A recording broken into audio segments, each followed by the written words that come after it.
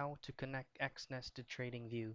Now, first things first is pull up your preferred web browser, head over to myexness.com, and then you have to create an account first, and then you can actually connect through your Facebook, your Yahoo Mail, or your Google.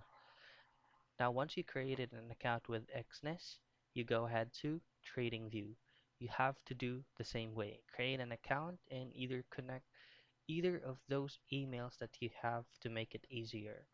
Now, if you do your research around TradingView, there is actually no Exness visible right here. So basically, you cannot connect your Exness to your TradingView. But the best alternative way of doing this process is just by just using Exness Web Terminal. It actually works the same way.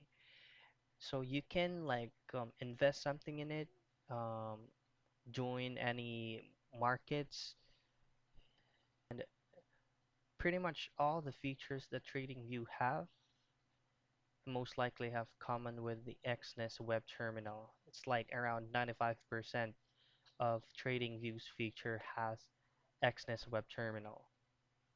So again, you cannot connect Exness web terminal to your TradingView because it does not exist on TradingView. What you can do on the alternate way or the alternative way of doing it is by just using your Exness web terminals instead.